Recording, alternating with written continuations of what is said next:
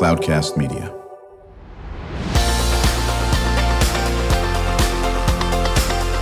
Drew Schlosberg Spotlight on the Community Show, amplifying the voices of social impact organizations, entrepreneurs, local nonprofits, and other community champions who shape the culture, creativity, and connectivity of San Diego. Brought to you by Mission Fed Credit Union, bringing good things to San Diego for over 60 years. Learn more about what is good for you and good for all by visiting www.missionfed.com. Welcome to another episode of Drew Schlosberg's Spotlight in the Community. I am not Drew Schlosberg. I am Charles Parisi with Cloudcast Media. Drew is on assignment, and I'm so happy to be filling in with him. I have a co-host here today as well, the one and only Jose Cruz, CEO of the San Diego Council on Literacy.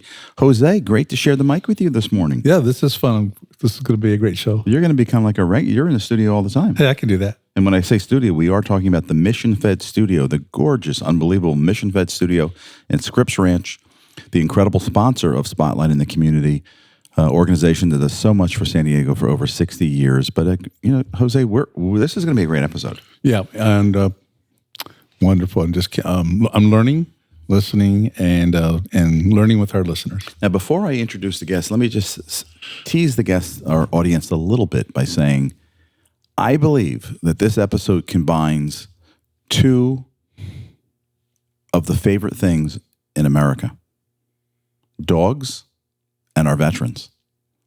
And on that note, Jose, what do you think? I'm with you. I mean, those are near and dear to our hearts. No question about it. We cannot do enough for animals and dogs in particular, and we certainly cannot do enough for our veterans who, fight every day and do everything and lead every day for, this country we call America. So I just want to say it's wonderful to have Nicky Moore with us, the Director of Training and Operations for Shelter to Soldier. Nicky, welcome to Spotlight in the Community. Thank you guys for having me. I'm super excited to be here today. How lovely is your life, dogs and veterans? Best job in the entire world. Why is it the best job in the entire world? And while you're answering that question, tell us about Shelter to Soldier.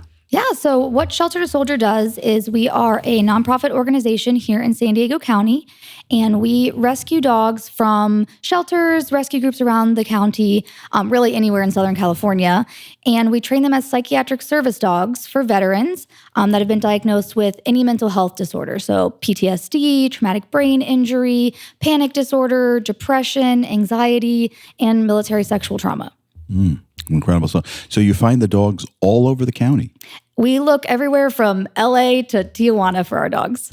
Do you also occasionally take dogs directly from families that perhaps can't have a dog anymore? Sometimes, but usually because the shelters are so overcrowded, we're trying to pull directly from shelters, and as our rescue groups do the same thing. That's incredible. Wow. How long has Shelter to Soldier been operating? 12 years. 12 years. Incredible. And how long have you been with the organization? I've been with the organization since 2017. And it's pretty amazing considering you're working with dogs and everyone loves dogs. I think, Jose, what's our empirical evidence? Because Jose's also the host of an incredible show called The Gap Minders in conjunction with the United Way of San Diego County. His co-host is Nancy Sasaki. And you asked that question. What's the empirical data looking like? Yes, dogs versus cats? Yeah, it's our rapid fire questions. Dogs or cats? We ask that of our guests. And I would say it's 4-1 for dogs. People love their dogs. And they love cats too. And sometimes they love both. And then we have people they don't really care for either. But we don't care about that. So Nicky, you're supporting dogs and veterans, meaning that you'd probably would do this job for free. Oh, for sure. And that in some sense is a wonderful, wonderful story for young people, because we've heard that adage for so long that find out something you would do for free and now you have a great career. Exactly. Interesting. So how did you come across Shelter to Soldier? What's the background? So it's an interesting story. It's kind of, along the same lines of what you kind of just said, is that I was working in a very large finance company, going to work in a cubicle every day. And I just thought, this isn't what I want to do for the next 30 years of my life. I'd really like to do something where I'm contributing, where I'm helping, and where I'm having fun, because, sitting in a cubicle doing finance isn't the most fun thing ever. And my husband's active duty military, so we were stationed out here, and I started looking for something that I might enjoy doing. I went to dog training school and got certified. And then I saw Shelter to Soldier and thought, well, this combines two things that I'm super passionate about. So I basically knocked down the co-founder's door until he hired me. So while you were working in the finance company at Cubicle, you felt like a lab rat? Was this what you're saying? I felt cornered and like I wanted to bring my dog to work with me. What kind of dog do you have? I have 3. I have 2 pitty mixes, including Moose, who's a canine ambassador for STS. And I have a big Dutch Shepherd as well. Wow. How about that? Jose, do you have a dog, Jose? Well, I'm in a mobile home park, so no. We could get you a little one. Oh, didn't think about that. But I grew up with dogs. We always had dogs. There are 10 kids in my family. The dogs were always under my care, so that's pretty cool. But Nicky, let me share something with you because I do follow Jose Cruz on social media. He has a raccoon that comes to visit him. Am I correct? 4 raccoons. Oh, wow. Yeah. Kind of like dogs with thumbs. Yeah, they're adorable, I have to say. So you have 3 dogs. I do. So talk to us about the process by which a veteran can have a dog. Yeah, Walk us through that. Our application process, we try to keep it as, kind of straightforward as possible. Anyone that wants to apply for our program can go on our website and apply directly on the website. Once their application is submitted, they hear from our Veteran Services Department, which walks them through the next process, just supplying us with a couple of pieces of documentation from their military service and from the VA.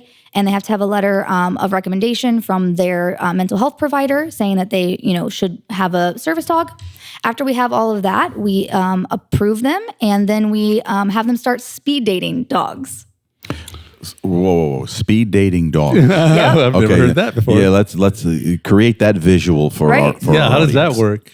It's kind of exactly what it sounds like. And it's really one of the most fun parts of the entire process is when we have an approved applicant, we bring them into our facility and we have them meet 3 to 5 dogs that we think would be a good match for them. And then they kind of narrow it down and choose who is going to be the perfect match. We believe in a really organic matching system because a service dog is going to be with someone 24/7, more than their wife, more than their kids, more than their best friend. So it has to be a really good match. And in advance of that, I mean, you do the process for the vets. What is the criteria and process for the dogs? What are the things that you look for? That's another fun part that I really love doing is going and adopting dogs. We have a little bit of basic criteria. We look for dogs that are 6 months to 2 years old. They have to obviously have a very good temperament, be social with people and with other animals. They have to have a desire to learn. So we usually look for dogs who are super food motivated.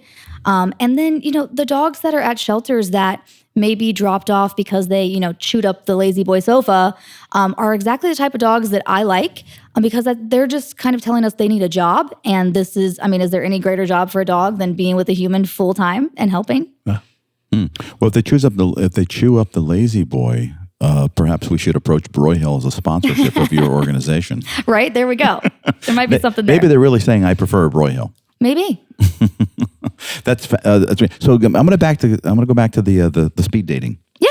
So, how many dogs do they typically meet? Like, is there love at first date typically, or usually take several dogs before there's a combination? I think it kind of depends. A lot of our veterans will tell you that their dog chose them or that they knew as soon as they met that dog. But what's really nice is through our application process, we find out a lot about our veterans. So before they even come for their first speed dating session, I already kind of know which ones of our dogs would be a good fit for their lifestyle, their exercise needs, their limitations, and kind of their symptoms that they're experiencing. So we narrow it down for them and then kind of get them, the 3 bachelors or bachelorettes that might be the best fit. I have visions, Jose, of the dating game TV show in my mind right now. Right. exactly like that. Yeah. I get it. And then, you have to feel for, the dogs. Maybe they didn't get picked this time. Maybe the next time. I tell all of our veterans when they're matching that don't worry, everyone gets a match. Okay. All of our dogs will find their perfect person. I feel better. How often does the speed dating take place? So it just depends. We do it regularly as soon as we have an applicant come in and we're ready to bring them in and start the training process. That's their very first kind of assignment. That would be a fun event live, Jose, to bring Spotlight in the Community to your facility for the dog dating phase. I think America would love this. It'd be great for video, by the way. Yeah. The doggy dating game. The doggy dating game. Yeah. It would be an incredible show brought to you by Shelter to Soldier. Yeah, and then here's this vet with their dog, right? And then, walking off into the sunset, whatever. Yep. Oh, so talk to us about the matching process. Do you typically match every dog with a veteran? So basically in our program, we will go through the speed dating process and the veteran will choose who we think is the best fit, who they think is the best fit, and then they'll move forward into training with that dog. They will be coming to our facility once a week for about 12 to 18 months so that they can learn everything they need to know about being a dog handler. So I tell everybody, even if you've never owned a dog before, our program is comprehensive. It'll teach you everything you need to know. From what to feed your dog, what treats to give your dog, basic obedience handling, and all of the ADA laws that are governing service dogs right now. So literally top to bottom, our program will teach our handlers everything they need to know. So it is around 6 to 9 months of working with their dog. The dogs are there from 12 to 18 months of training. Wonderful. So what is maybe an area where you see quite often that you have to emphasize a particular dog owner's habit? So a lot of our training for our dogs goes into psychiatric service dog tasks. So a lot of that is either creating space around a handler so that they feel more comfortable.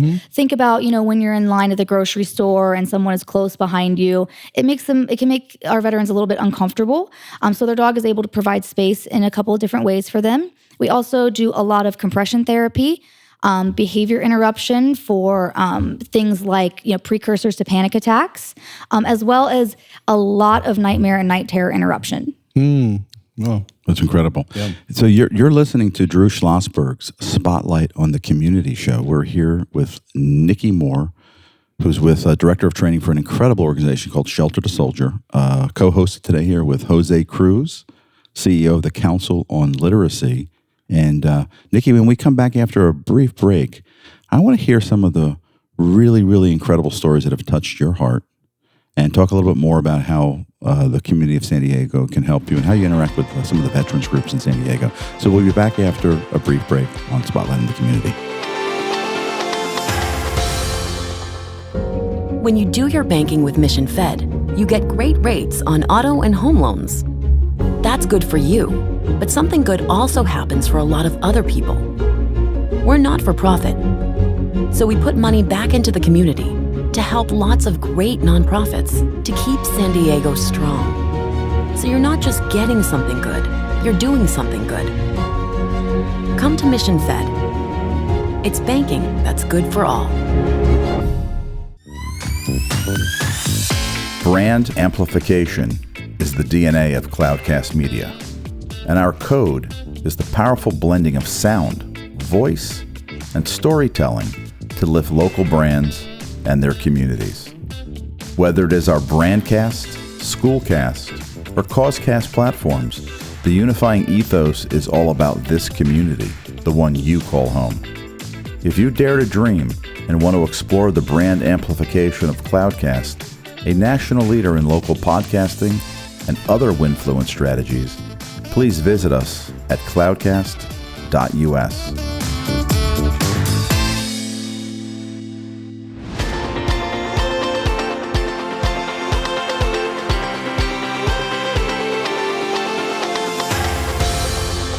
Welcome back to Spotlight in the Community, Drew Schlosberg's Spotlight in the Community on Cloudcast Media, sponsored by Mission Fed Credit Union. We are actually recording in the gorgeous Mission Fed studio here in Scripps Ranch, doing amazing things for San Diego for over 60 years. We have an incredible episode today talking about two things that touches the hearts of virtually every American: dogs and our veterans, and how we bring those two together. And we're here with Nicky Moore, Director of Training and Operations for Shelter to Soldier. Also here, co-hosted with Jose Cruz, CEO, Council on Literacy. Jose, this is really something special. This really is. Like I said, there's we need more love for our dogs. Some of them that get abandoned or just there's not a hope for them. And of course, our vets who put their lives on the line for us. And I think it's a perfect, beautiful match. And Nicky, I have to tell you, this makes me so proud to be with Cloudcast Media and working with Mission Fed, because this is a story I didn't know. I didn't know your organization. And this is incredible. And I wish that I had known of this years ago, and we want to tell this story as frequently as possible. But Jose, there's just so many stories. We could literally be recording hours every day to tell all the amazing stories in San Diego. Absolutely. Whether it's a literacy story or every story, involving a match between a vet and their dog. Yeah. I could listen all day. Yeah. So Nicky, part and parcel of this connection, and where you're connecting a beautiful animal with a beautiful human being that's having some challenges. Of course. Let's talk about the challenges and the mental health challenges that's facing the military community. Certainly the whole country, but let's focus on the military. Give us a feel for what's happening. So, we are seeing mental health at the forefront of kind of everywhere right now, especially post-pandemic. When we think about the pandemic and the isolation that all of us kind of, went into, that is something that's very contributing to our veterans feeling more isolated, feeling, the symptoms of their PTSD or of their depression more. So we've actually seen a big uptick post-pandemic of, the need for mental health resources and organizations like ours. And one of the biggest problems that we're facing right now is kind of the stigma about mental health and asking for help from our veterans. I spoke with a gentleman the other day during an interview, and he said, I just don't want to, take a dog away from somebody that really, really needs it.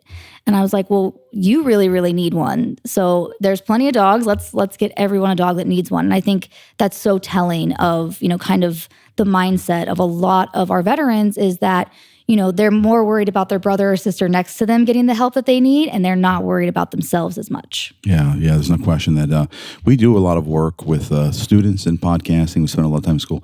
The discussion about mental health the good news is people are more open than ever to talk about it. Yeah. And Jose, do you touch upon this at all in some of the work you're doing?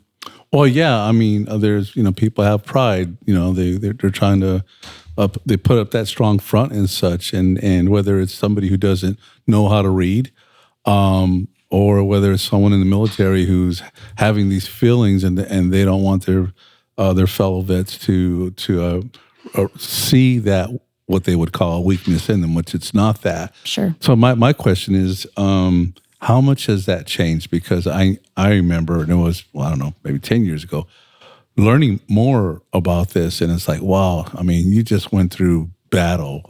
And war is hell. And so you can't show the impact, you can't talk about it. Is that becoming more open? It feels to me like it is. Thankfully, it is. It's becoming more of a conversation. There's more resources for our veterans to get mental health assistance where they need it. We're still, unfortunately, losing between 20 and 22 veterans and active duty military members every day to suicide. That number went down a little bit pre-COVID, but afterwards we're seeing kind of an uptick during the pandemic. So, we always talk about our organization, and say one day we hope that, no one needs a service dog. We hope that there are no veterans that, need psychiatric service dogs. But right now there is an incredible need. Yeah, there's no question about it. And dogs make a difference. Oh, yeah. They become a great friend. And they can comfort people when they're not feeling good about whatever it might be they're not feeling good about. So it's beautiful what you're doing. It really is. Tell us, because I know you see challenges every day, but you also see, beautiful outcomes. Absolutely. Share with us maybe one or two stories that really resonated with you, touch you, that you think about often. Well, all of our veteran stories are so amazing, and we are so proud of them when they get to their graduation ceremony and we get to, celebrate them and hand them their certificate of completion, and the pride that they have when they've completed this program and get to take their dog home is amazing. One in particular that I kind of stands out to me is one of our veterans named Kevin. He was one of the first veterans that I worked with during when I first started with the program. And he had a TBI injury while he was in the service. And it led him to, have a very a significant stutter, and he walked with a cane. So when we first started working with him, even just giving his dog the commands and the communication that she needed was a struggle. It was really tough. And what is TBI? A traumatic brain injury. Okay. That's great. Yeah. And so, one thing that was, so awesome is that he worked really, really hard to be able to give her the commands to, use her, and even started using her as a bracing instead of as a replacement for his cane. So she had a special harness that he would use as a brace. And at their graduation, I just remember it was so impactful. He stood up and gave an entire speech on how, the program in fact impacted him and how great Annie is and how much she's going to do for him. And his stutter was almost minimal. Like, he was able to get up and give us a full speech when he couldn't give commands a little, before that. Incredible. Absolutely incredible. How often do the graduations take place? It depends. Sometimes it's basically whenever they're prepared to graduate. They have to pass an assessment at the end of their program. It's just us check marking saying, yep, you're ready to confidently handle your dog in any situation. You have all the information that you need. And then we check mark that they're ready to go, and then we throw them a graduation. It can be as big or as little as they want it to be. If it's just us, handing them their certificate and them taking their dog home, then we do that. If they want to invite friends and family and, really share the experience, we encourage them to, because it is a really big deal, and we love celebrating them. Talk to us a little bit about, you must have an incredible team of trainers.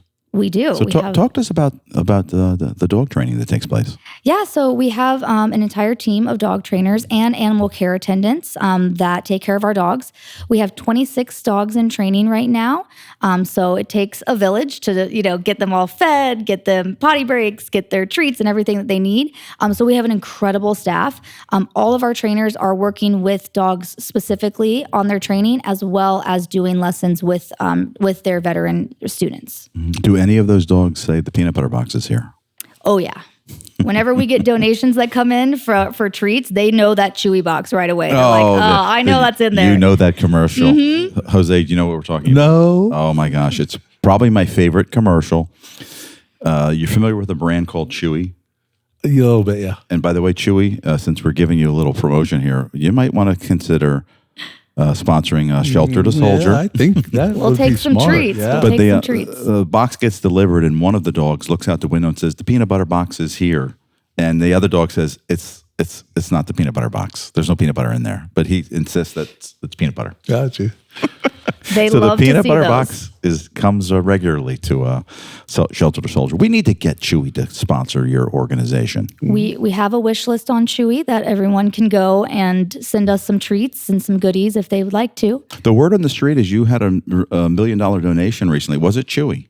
It wasn't, Chewy, are you listening? but I'm sure they have $1 million that they might want to give us. No question. So who did in fact provide that $1 million? This donation was obviously the biggest donation we have ever received, and it came from the Wings of Freedom Foundation. And we are going to use that specifically to get our own facility. So right now we rent space out of another kennel, and we have for a little while and loved our experience there, but we want to grow. And so we're getting our own facility where we can serve more veterans and save more dogs. Oh, wow, that's fantastic. Well, first of all, Wings of Freedom. Let's do a little shout out to Wings of Freedom for stepping up $1 million. I like that. That's two commas and 6 zeros. That's fantastic. And tell us about where are they located? So they're local here, and we received this donation as an endowment. So, and it was specific for us to have a new facility. So we can't wait to get our new facility and put their name on it to thank them. Do you have a location in mind? What part of the county? Probably North County. Our facility right now is located in Oceanside, so we're going to probably try to stay close to there. Okay. So it'll be North County. Are you also open to inland, or are you going to stay in the Oceanside area? Wherever we can find some good land, enough room for what we need now, as well as growth in the future, we're looking. So Let me know if you know any places. That's fantastic. Now, I think you gave us a little background. I appreciate that. But Subaru is also a supporter? Subaru has been a great sponsor of ours for a few years now. They actually gave us, have pledged over $60,000 in support for us this year. And they've been just such an amazing partner for us. Mm-hmm. How did the citizens of San Diego County get involved? Do you have events? Do you have dog walks? What are you doing to raise awareness and money? Yeah, so we have an event coming up in April. We have our annual golf tournament. It's April 21st at Singing Hills Golf at Sequan. Mm-hmm. It's a beautiful course and a really, really fun day. So that's a way that, we are doing a fundraiser to help. Last year it raised over $900,000. So wow. I want to go. That's a Friday. I'm available. Jose loves the golf. Sign up, Jose. It's really fun. Yeah. But also, one of the things we tell people is you can go on our website and donate. You can go on our website and buy, a Shelter to Soldier shirt, and that will come back. We talked a little bit about Chewy and our wish list. We have a wish list on Chewy.com. We have a wish list on Amazon.com, where people can go on and see the things that we need and use every day and send the doggies a little treat care package, which they get super excited about. And then if anyone wanted to sponsor a dog through our program, it's $18,000 donation, and that gives one dog everything they need through our entire program, 12 to 18 months of training and boarding, grooming, food, everything that they need while they're with us. So anyone can do that if they want to write the check you get to name your dog if you're a sponsor. Yeah, or you could even fractionalize that. Let communities or families sponsor an animal and pool your money and do a little crowdfunding. Yep. So we have awesome foundations and organizations that have sponsored dogs in the past. We also, we take donations for our emergency medical fund. Like I said, we have over 20 dogs at a time. And so sometimes when we pull them from shelters or we pull them from, rescues or, when they've been in, kind of bad situations before being surrendered to shelters, they need some medical care. And a lot of times, it can be above and beyond. Speaking of veterinary care, do you continue to provide care once they're with a soldier? So we have a couple of really great veterinary partners that do provide discounted care to all of our alumni. So that's a huge help. Wow, that's an incredible program. It really is. Jose, I'm just surprised I haven't heard of it before. Yeah, I haven't either. It's a great idea. It's probably the best thing I've heard today. No doubt. It's incredible. Yeah. You've been around since 2012. That's right. And Nikki, you've been with the organization 7 years now. And I want to say, first of all, thank you, because you are, in fact, a military family. So thank you and your husband for all that you do. Thank you. For myself and Jose and all of us for the incredible work. So how do they reach Nicky Moore?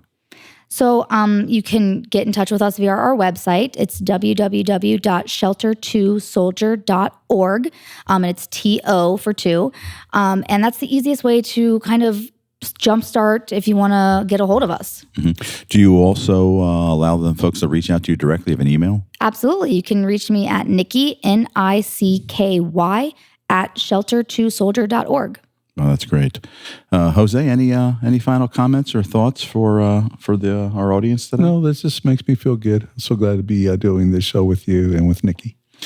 Jose, always great to hear your voice and for another community champion and all that you do for literacy, both adult and childhood literacy. So thank you for all that you do in San Diego and for always being a friend of Spotlight in the community. We are going to wrap up another episode of Drew Schlosberg's Spotlight in the Community. It's my privilege to have filled in for Drew today. My name is Charles Precy with Cloudcast Media, and we have had an unbelievable time here today talking about two things we all love, our veterans and dogs. We've been here with Nicky Moore, the Director of Training and Operations for Shelter to Soldier. Shelter to Soldier. Let me say that one more time. And please check them out and support them. And let's see if we can get some more peanut butter boxes to those amazing dogs at Shelter to Soldier. Thank you so much for listening. And thank you to Mission Fed for all you do for our community. You've been doing it for over 60 years and sponsoring Spotlight in the Community. We'll be back with more episodes real soon. You've been listening to an episode of Drew Schlosberg's Spotlight on the Community Show. amplifying the voices of social impact organizations, entrepreneurs, local nonprofits, and other community champions who shape the culture, creativity, and connectivity of San Diego community. Brought to you by Mission Fed Credit Union, bringing good things to San Diego for over 60 years. Learn more about what is good for you and good for all by visiting www.missionfed.com.